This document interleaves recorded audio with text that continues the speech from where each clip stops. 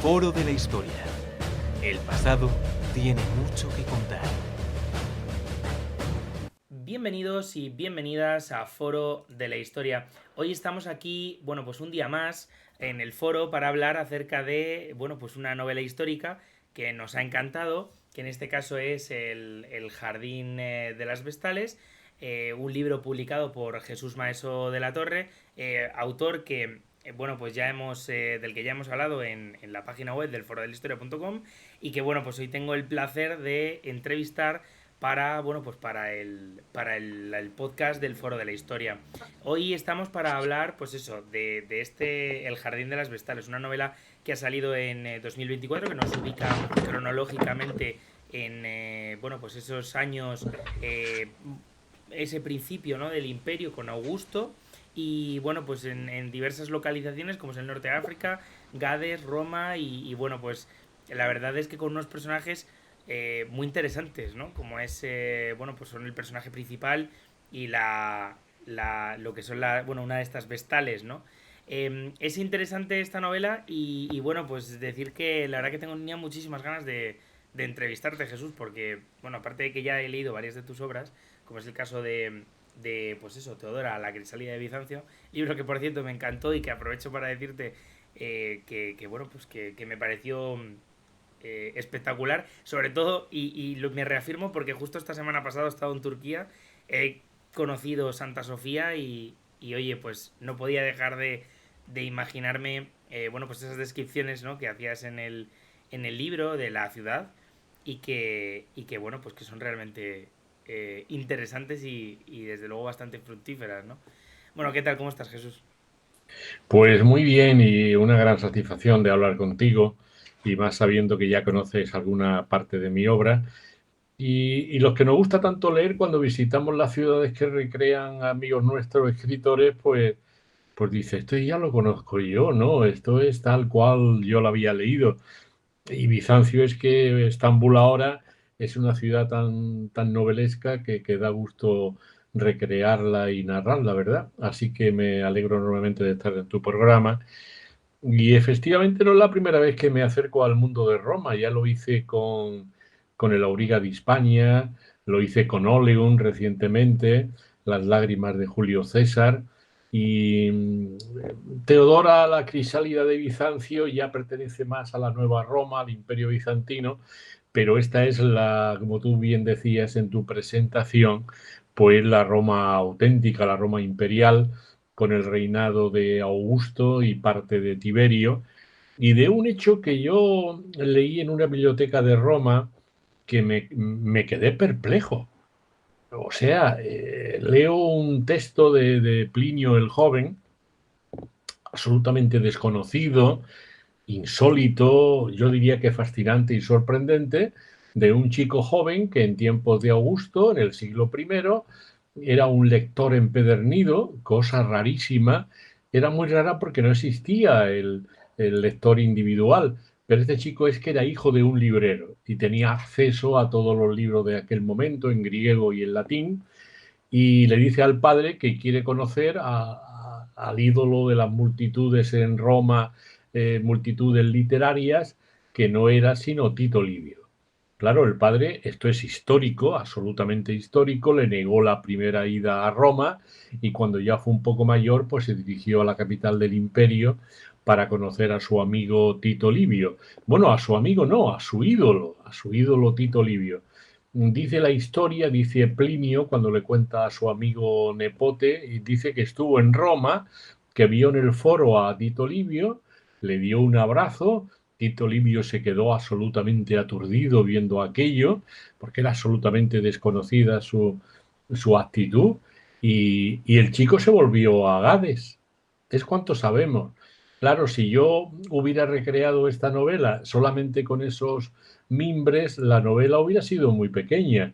Lo que he hecho ha sido pues darle un poco a mi imaginación y pensar que este joven lector y librero gaditano del siglo I, que le he dado el nombre de Tulio Vero, porque ignoramos su nombre, pues estuvo en Roma, conoció a Tito Livio, conoció a Augusto, a Julia, la hija suya, de la que se hizo de de su troupe de amigos, conoció a Mecenas, a Virgilio, a Ovidio, y puso una librería en el barrio del Argileto que se llamó, como la que él poseía en Gades, el Cálamo de Hermes. Y claro, en esta novela pues hay un montón de tramas paralelas que llevan al lector hacia un final de vértigo, y que estoy convencidísimo de que el lector que se acerque al Jardín de las Vestales se va a emocionar realmente. Sí, de hecho, bueno, yo la verdad que la historia me ha encantado en el sentido de que creo que es completa digamos, en lo que se le espera de lo que se espera una novela histórica. Y lo digo, además encima, una de las cosas de este podcast es que, eh, digamos, aparte de yo grabar de manera individual ciertos programas acerca, pues, por ejemplo, de un político o de un periodo concreto de la historia, quise basarlo también en la novela histórica porque, bueno, pues yo empecé haciendo reseñas para, bueno, pues ediciones B en ciertos blogs y tal, y creía que promover la novela histórica, digamos que era la primera barrera para lograr que la gente se enganchara, bueno, pues a quizá a estudios más concretos, pues como por ejemplo a través de Teodora, la Crisálida de Bizancio, a la historia del Imperio Bizantino, ¿no? En esos primeros siglos que son tan interesantes, ¿no? Con Justiniano I, sus conquistas, y en este caso, pues por ejemplo, pues con varios temas, yo creo que tan fundamentales hoy día como por ejemplo el tema de la cultura en Roma por ejemplo pues esos primeros años del imperio, ¿no? Con Augusto. La historia de Tulio Vero a mí me ha suscitado una pregunta, y es cómo Sí, era bueno, unas cuantas, pero la primera que te quería hacer era, Jesús, cómo era el acceso bueno, pues a esos textos en la antigua, en ese imperio romano, ¿no? Porque sí que es cierto que a día de hoy nuestros oyentes y nuestras oyentes pueden pensar que bueno, pues el acceso a la cultura siempre ha sido casi universal, que todavía nos faltan algunas barreras por seguir, bueno, pues conquistando, pero que bueno, hay un camino andado importantísimo, pero claro, ¿cómo era en esta antigua Roma? pues realmente me encanta que me hagas esa pregunta, porque el lector anónimo no existía. En el siglo primero no existía. ¿Cómo se llegaba al conocimiento de los clásicos y de la literatura? Era con una lectura oral. Y la gente escuchaba cuando un rapsoda, un poeta, un literato pues contaba la Eneida, la Odisea, eh, o la Eneida de Virgilio. Pero ese lector que iba a una librería a comprar unos rollos de papiro de una obra concreta, o ir a una biblioteca a leer, e incluso llevarse ese libro, esos rollos a su casa, comienza en el siglo primero, precisamente en esta época. Y aparece ya el lector anónimo, que es el lector que existe actualmente en el siglo XXI en el mundo occidental. Pero en la época de Roma no existía. ¿Y cómo llega el boom este de la lectura a Roma? Pues llega porque los grandes generales romanos, Pompeyo, Julio César, Marco Antonio, etcétera, cuando van a Oriente, lo que hacen es expoliar las grandes bibliotecas de los reyes y los tiranos griegos, y se las traen a Roma. Y en Roma lo que aparece es un afán inmenso del patriciado romano por poseer una biblioteca igual que la poseía pues el rey Príamo o Mausoleo o alguno de aquellos. Y se nota en todas las viviendas de Roma que la gente adquiere todos aquellos rollos, tanto en griego como en latín. Pero es que el público en general, la plebe romana, cuando Augusto pues da dinero para que se construyan dos grandes bibliotecas, la del Palatino y la del Pórtico de Octavia, su hermana, se da cuenta de que la plebe acude en masa a esas dos bibliotecas a leer, a la sala de latín y a la sala de griego, y hace dos bibliotecas extraordinarias. Y el barrio del Argileto, que tenía dos o tres librerías, la de Pomponio Ático, la de Secundo y la de Trifón, pues cuando pasa un año del reinado de Augusto se llena de librerías y de libreros que le llaman los Thermopolia. Y la gente compra pues incluso las hojas que sobran de las ediciones. Comienzan los cuadernillos o libros, los pugilares o libros de bolsillo, los rollos, los códices, y lo que antes no era un negocio se convierte en un negocio y en una costumbre en Roma. ¿Y cuándo ocurre? Precisamente en la época de nuestro personaje de la novela del Jardín de las Vestales. Y claro, yo creo que todo el mundo, joven, de mediana edad e incluso mayor, pues se ha introducido en el boom de la novela histórica y a través de nuestras novelas se está conociendo la historia de nuestro país y fuera de él, y muy importante, y tú lo has señalado de una manera muy eficiente, y es que el que quiere conocer lee una novela histórica y si se quiere enterar más de Séneca, pues luego coge un tratado de Séneca o la historia de Roma de Tito Livio. Creo que la novela histórica hace una labor y un proceso educador en nuestra sociedad muy interesante. Yo diría que incluso muy notable. Coincido totalmente. De hecho, vamos, la existencia de este pequeño y humilde proyecto se basa en uno de estos puntos. De hecho, ahora hemos introducido también el cine, porque al final son, bueno, pues ciertas vías de masas que al final, hoy en día, que bueno, pues que consiguen llevar esta cultura a la gente.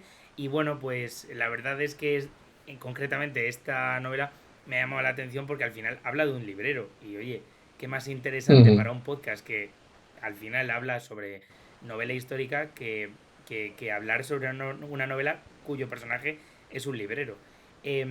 Claro, Tulio comienza, digamos, su andanza, como bien has dicho, en Gades. Eh, Sí. y bueno, ese lector anónimo comienza justo en esa época. ¿Cómo era, digamos, la vida en esa Gades del siglo I? Y sobre todo, digamos, cómo eran esas librerías, digamos que no estaban ubicadas en la urbe, ¿no? En la gran urbe que era Roma, sino en pequeñas capitales provinciales o regionales que al final pues tenían su propia nobleza, su propio, bueno, aristocracia, perdón. La nobleza quizás un poquito más posterior, pero bueno, en cualquier caso, con unas clases, unas élites que también querían emular a las romanas de la ciudad. Sí, cierto.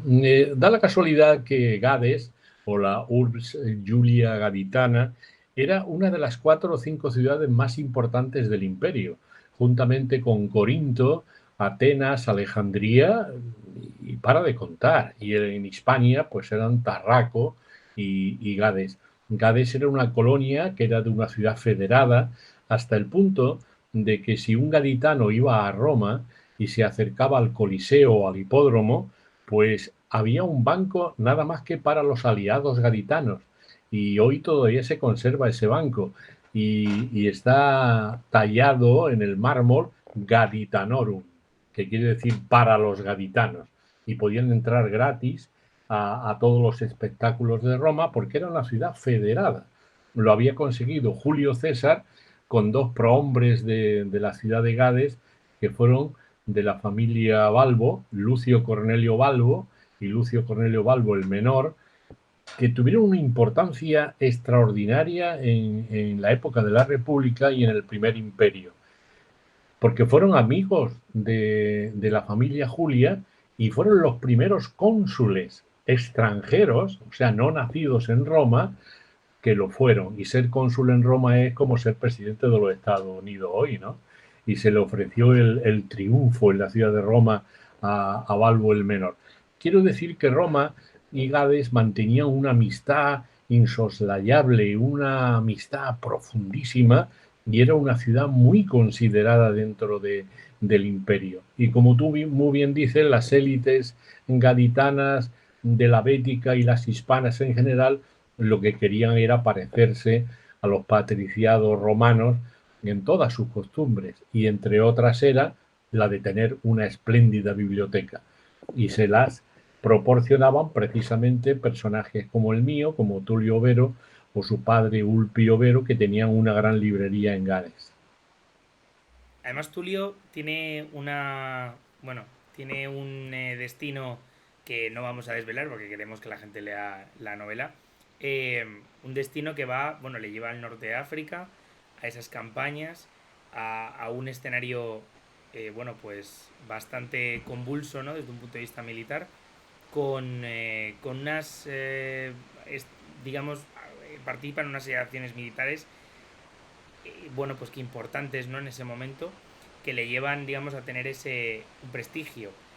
¿Cómo, digamos, era en aquella época, digamos, lo que era el tema militar en Roma, es decir, las campañas militares, eh, qué campañas militares había en ese momento y cómo, digamos, el haber hecho algo mal quizá te llevaba como castigo a eso?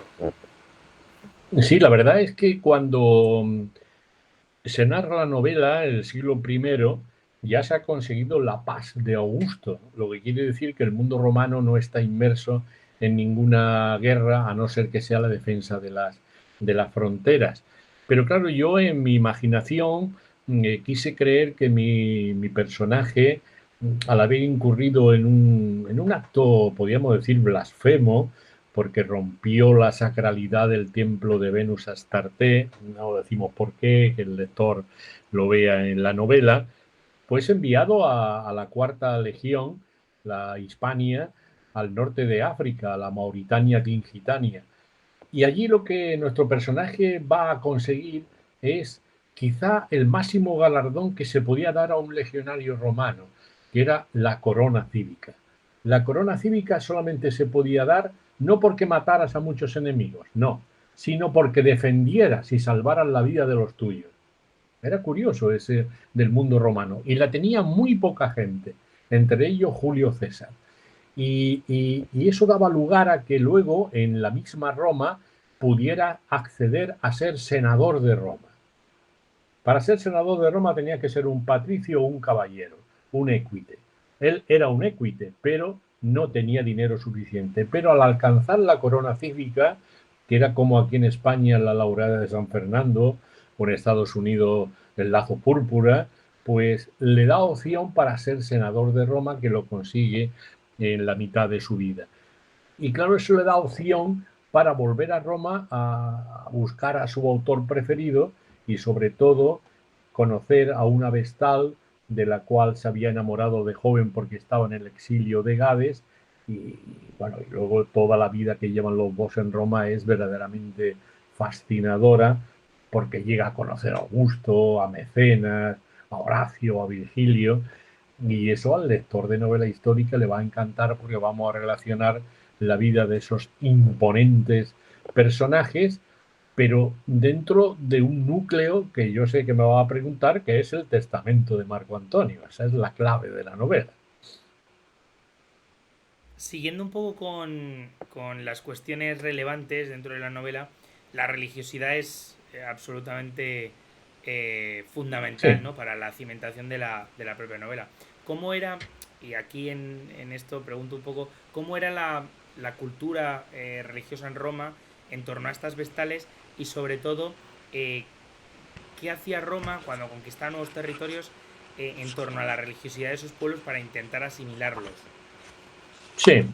La palabra que viene a concluir y a resumir todo lo que me has preguntado sobre la religión es la asimilación. Los romanos asimilan todos los dioses, primero de los griegos, luego los suyos propios, los de Italia, si conquistan Hispania los hispanos, si conquistan la Dacia, pues los que eran de la zona esa de los Balcanes, si van a Egipto resulta que el emperador es la reencarnación de Amón. La prueba tenemos que Adriano, nuestro emperador hispano, pues vuelve a reconstruir el panteón de Agripa y el panteón no significa otra cosa que dedicado a todos los dioses. Pero yo después de estudiar mucho a Roma, además soy profesor de esta área, pues me di cuenta que los romanos no creían mucho en los dioses. En realidad no creían en ellos, pero sí eran muy supersticiosos. El pueblo romano es el pueblo más supersticioso que ha tenido en la historia. Y se fiaban del vuelo de las aves, cuando hacían un sacrificio a un gallo, a un pelícano, a un pato y veían que las vísceras estaban mal, pues ese día no se guerreaba, ese día no se viajaba y ese día no se casaba nadie. Eran muy supersticiosos. y tenía una cantidad ingente de dioses, los mayores, los menores y demás, y por eso cuando aparece el cristianismo, para ellos es como un aldabonazo. ¿Cómo? ¿Un dios que no tiene nombre? ¿Un dios invisible? Cuando ellos lo representaban siempre con una figura de mármol. De ahí la importancia que tuvo aquello. Pero el romano, después de mucho leer, me di cuenta que no era excesivamente religioso, y si mantenía la religión de la casi adoración del emperador era porque era un elemento cohesionador del imperio. El emperador cohesionaba todo el imperio. Y entonces, pues las vestales lo que realmente representaban en Roma era el fuego del hogar. Representaban la virginidad, la diosa tierra. Si se apagaba el fuego sagrado del templo de Vesta, que parecía una choza antigua romana, aparecerían grandes calamidades en Roma. Y por eso eran mujeres vírgenes, 6, todas muy jóvenes, eran totalmente sacras y muy veneradas por todo el mundo romano. Y si tú ibas por la calle de Roma y aparecía una vestal vestida de blanco, inmediatamente todo el mundo se paraba y la reverenciaba. Si pasaba un condenado a muerte, se le perdonaba la vida en ese mismo instante. O sea, tenían una importancia inmensa en Roma. Además, presidían todos los sacrificios, todos los actos sagrados, y eran muy veneradas. Y claro, el personaje femenino de mi novela es una vestal, que es Valeria Domicia, que juntamente con Tulio Vero el librero son los que llevan el hilo conductor de todas las tramas de la novela, que al final, tú que la has leído, pues sabes que convergen en un final de vértigo. Bueno, me gustaría también preguntarte un poco acerca de esta religiosidad y el uso político de la misma, ¿no? Porque claro, Sí, al final los romanos, como otras tantas culturas, utilizan esta religiosidad también un poco como legitimación. De hecho, bueno, ahí está el personaje de Augusto, que es prácticamente tratado como un dios eh, sobre la tierra, ¿no? En el sentido de que, bueno, pues eso, tienen también ese culto a esa personalidad y a esa figura. Mi pregunta es si estas figuras de las vestales estaban politizadas también, pues eso, por las familias aristocráticas, por, digamos, esa aristocracia romana y sobre todo cómo era la vida de estas vestales en una Roma que, como bien has dicho, las veneraba. sí, realmente eran tenidas en una alta estima hasta el punto de que si alguna se ponía enferma, pues iba a curarse a la casa de algún patricio venerable, pues algún Domicio, un Claudio, etcétera, de ahí. Pero tú has dicho una palabra, y es que ellas en realidad lo que le daban era un estatus de sacralidad a ciertas acciones de los romanos. Por ejemplo, yo tengo un testamento, soy uno de los líderes de Roma, como es por ejemplo Marco Antonio. Si yo guardo mi testamento en el templo de Vesta, quiere decir que ese testamento va a ser sagrado. O sea, el templo se convierte en el garante, el que le da cierta prestancia a todos los actos políticos. La prueba es que Marco Antonio se marcha a Egipto para estar con Cleopatra Selene,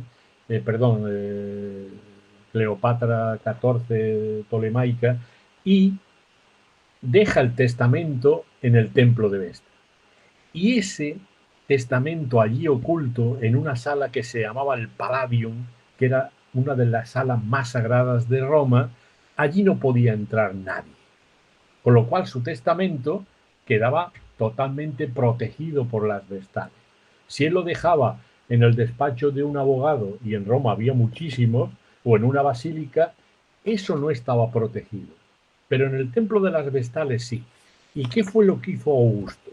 Augusto, para que todo el mundo lo sepa, fue un gran emperador, pero accedió al poder después de una añagaza totalmente blasfema y en contra de la sacralidad y de las leyes de Roma, que fue aparecer en el templo de Vesta un día de septiembre y como cónsul y sacerdote de Júpiter, exigirle a la Virgo Prima, o sea, a la superiora de las Vestales, que le entregara inmediatamente el testamento de Marco Antonio porque había traicionado a Roma. Claro, las Vestales se opusieron totalmente, pero es que él iba con un montón de amigos y con los famosos fascies romanos, y cualquiera le decía que no a Octavio Augusto, que a su vez, como tú bien has adelantado antes, ellas pertenecían a familias políticas y muchas de las Vestales eran pro Octavio, no pro Marco Antonio. Y entonces Octavio se llevó el, el testamento al Senado, donde pudo demostrar la traición de Marco Antonio a Roma, al Senado y al pueblo romano. Pero muchos historiadores creemos que Octavio cambió el testamento de Marco Antonio. ¿Qué fue lo que hizo? Ya se sabe. Yo lo he puesto en mi novela y los lectores lo van a saber. ¿Qué ocurrió en el testamento? Pues que Augusto lo cambió. Y gracias a eso se hizo con el mando del imperio y el Senado lo propuso como defensor de Roma.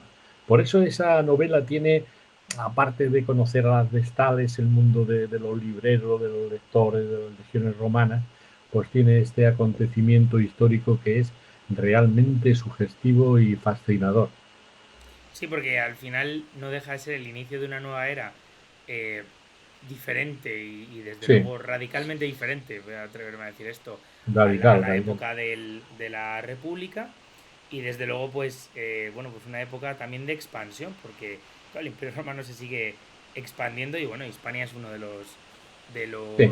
de los primeros lugares por donde se expanden, ¿no? Con esa conquista de la cordillera cantábrica y esas regiones del norte.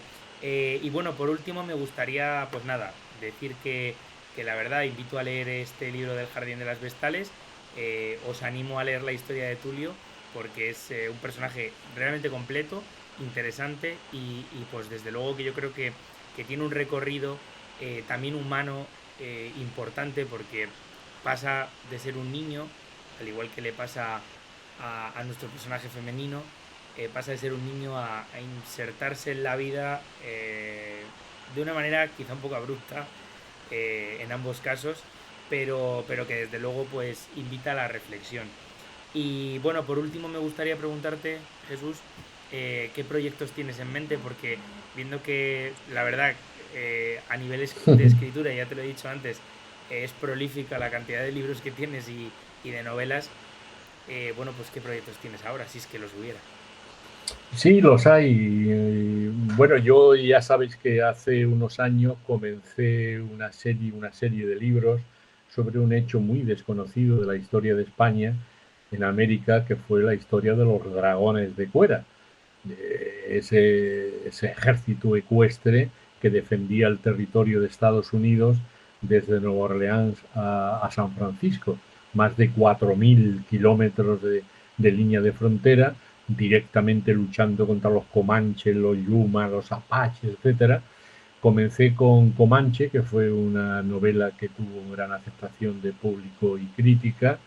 Seguí con La Rosa de California y ahora, pues mientras va avanzando y viviendo esta novela de las Vestales, pues estoy escribiendo la tercera parte, la trilogía, que acaba ya mi tema novelístico con los dragones de Cuera, que se va a llamar Las campanas de Santa Fe.